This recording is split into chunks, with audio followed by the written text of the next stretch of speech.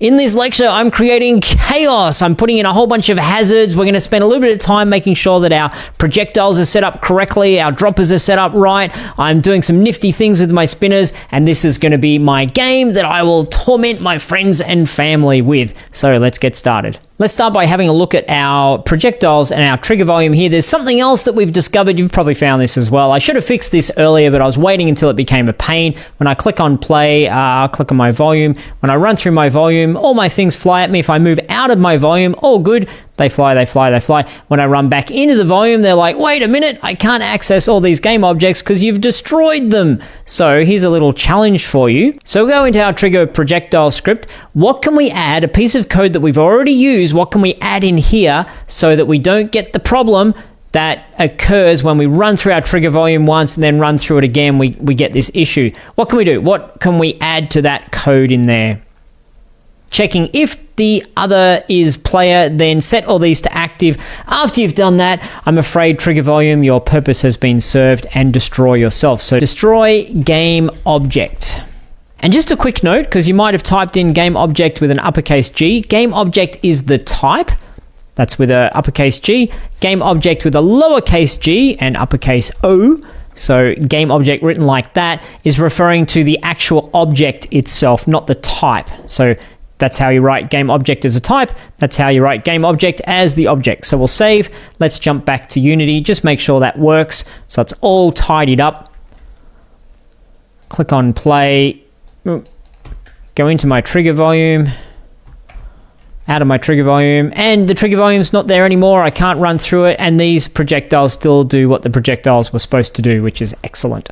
Also, hang on. Do we have our, when you hit the player, change color on our projectile? I don't think we do. Fly at player. What's that? Object hit.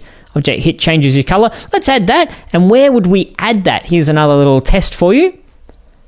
We'd add that to prefabs. We would find the projectile.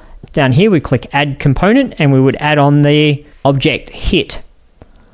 Object hit, let's test that as well. It should be only when they bump into the player. So here they come. Nope, nope, nope. Someone get the player. That one got the player. It changed color and then it kept going on its destination. Cool. So we've done that, and because we change it to the prefab, it automatically puts it on all of the projectiles. The last thing we can do here is we can make this whole trigger volume and game object projectile-y thing, we can make that one entire game object so that it's grouped nicely together. So if I right-click, create empty, and call this projectile hazard. That's a good name, projectile hazard. And just so it's nice and tidy, that's been put right into the center of my screen. I don't want that, so I could just right click and reset, or I could also find my trigger volume and I can copy. So right click, copy, position. Now go back over to our projectile hazard, right click on transform and paste position. Now that will be exactly where my trigger volume is so that it's in the same spot. My overall grouping object here is right where my volume is. So let's grab the trigger volume, drag that underneath projectile hazard, grab these projectiles, drag that underneath projectile hazard as well. Now we've got this one projectile hazard. What's the magic thing we can do here?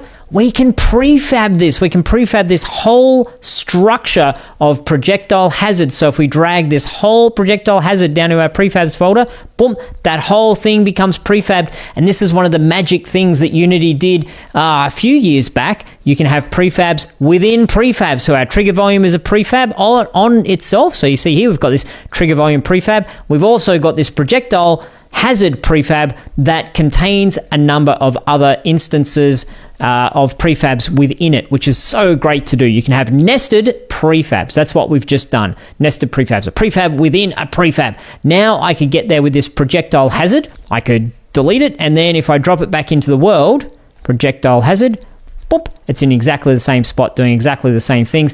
Did it retain what we needed it to retain? Is the trigger volume pointed at the projectiles? Yes, it is, which is great. Those connections all exist. You want to make sure that they still exist.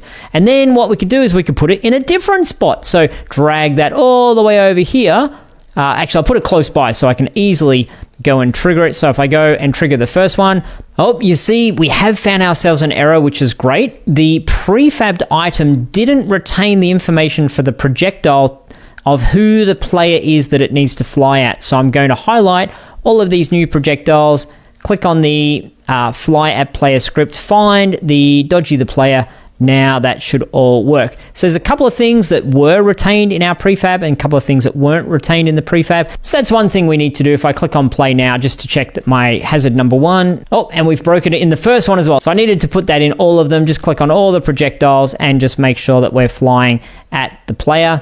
One of the downsides of the way that we've done it is we need to reconnect these things, but once we've put it in there, we don't need to do it all over again. So I fly through that one, that works. Up to here, where's the second one? Oh, and then all of my objects came flying at me again. Did they fly to the right spot? Yeah, pretty much. That's where I went through the trigger volume just there. So it works as expected. And we've set this up in a little bit of a rigid way. So if you remove one of the projectiles, you'd need to go in and change the code. So it's a little bit hard-coded, but like I've said a few times in this project, we're just learning. We're doing things in a very conceptually simple way, even if it's not necessarily the perfect way for making our game. But now we've got 2 different spots where we can put our hazards flying at the player, which is great.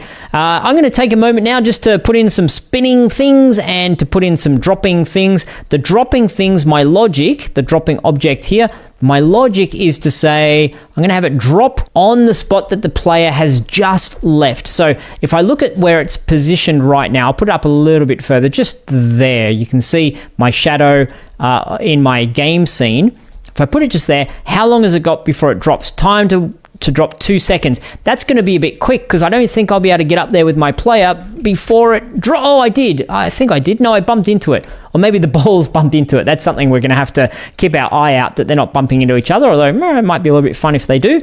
So maybe I'd put this time to wait 3 just in case the new player comes along and says, what do I do? A little bit trouble getting through there. Oh, it's turned on and oh, I just missed it. So the idea is to have it one of those things that says hurry, hurry. It's like the Indiana Jones boulder that's dropping on you that if you don't get out of the way, it's going to crush you and block your path. So that's my intention with these droppers. Oh, better hurry up here. Oh, got past it. Good. So I can put a bunch of those in. If I put one in there, then maybe I can duplicate that and put it a little bit further down the path and set it at maybe 4 seconds. And then duplicate it again, put it a little bit further down the path. Actually duplicate it this time, put it further down the path, down there somewhere, and put it at maybe 7 seconds. So just playing around. This is the fun part of making games. We've got tools in our toolkit. We're prototyping. If we love this idea, then we can take the time and energy to make it really perfect. But for now, we're learning programming. We're prototyping. Whoop. And we're having things drop from the sky and fall on us. That last one could have gone a little bit quicker, but that's great. I'm enjoying that so far. Okay, now we need to concentrate on some spinners. I think this is a good spot for a spinner, but you know what I'm going to do? I'm going to move this spinner that we've got already, put it over here, if it'll let me grab it, put it over there, and I'm going to rotate it on the x-axis, I think. So here, instead of y angle, I'll put that back to 0, and on the x angle, although I think I might have rotated it, so we'll see if this actually works properly. I think we might have taken it off its axis. So how does that go? Oh no, that's good. It works as we wanted because the spinner is spinning locally to this object and what my widget is showing is global. If you wanted to change the actual widget to local, up in the top left on scene, you click on local. Now it's going to show us the local axis of rotation around this game object. So we can see exactly how it's working. You know what? I think I want it to go the other way. I do. So I'm going to make this -1. There we go. We kind of have to run through. Is that gap big enough? That's the question. I might have lost my -1 on the spinner. So let's put that back in and then run. Whoop, whoop, whoop, hit some of the things. All good. And then what am I doing up here? I'm waiting, run. Oh, I made it through. That's good. Just check that it goes black. Yep. If it hits me, good. Okay, cool. So I think I've played around with all the different elements, the dropper, the projectiles, the spinner. So you do the same. Keep adding some things to your level if that interests you. Okay, I've been playing around with this for far too long, but I'm super enjoying it. I've added a bunch of droppers. You can see I did a little bit of set dressing and created a new couple of materials. You don't need to match my colors or anything like that. I really want you to make your own level and make your own materials and colors and have it laid out how you like it. So the player has to run through a whole bunch of obstacles. There's a little bit of background set dressing going on as well. I've fiddled around with stuff. One thing that I haven't pointed out at all, if you go into your game window and instead of free aspect, which basically means make your game whatever size your window is when you play around with it. If you switch this to 16:9, you'll have a predictable widescreen layout here. So when you click play, you know that it's going to fit a certain amount, no matter how large or small you have your window, it'll scale accordingly. So I've got a little bit of that stuff over in the side. These things flying in. Oh, didn't point that out. I added 2 of these rotating things together, 2 of the spinners. You probably saw that there. I've got one spinner, duplicated and put the other spinner on top, had it going at the same speed to get this kind of windmill effect, which I quite like as well. So there we go. I'd really love if you can share a video or a screenshot of your layout. Please share that in the discussions or in the Q&A section so we can see what it is that you've come up with and we can celebrate how wacky and zany your creation is. Please be crazy with it. Please do something fun and enjoy the process of messing around in Unity. And I will see you in the next lecture.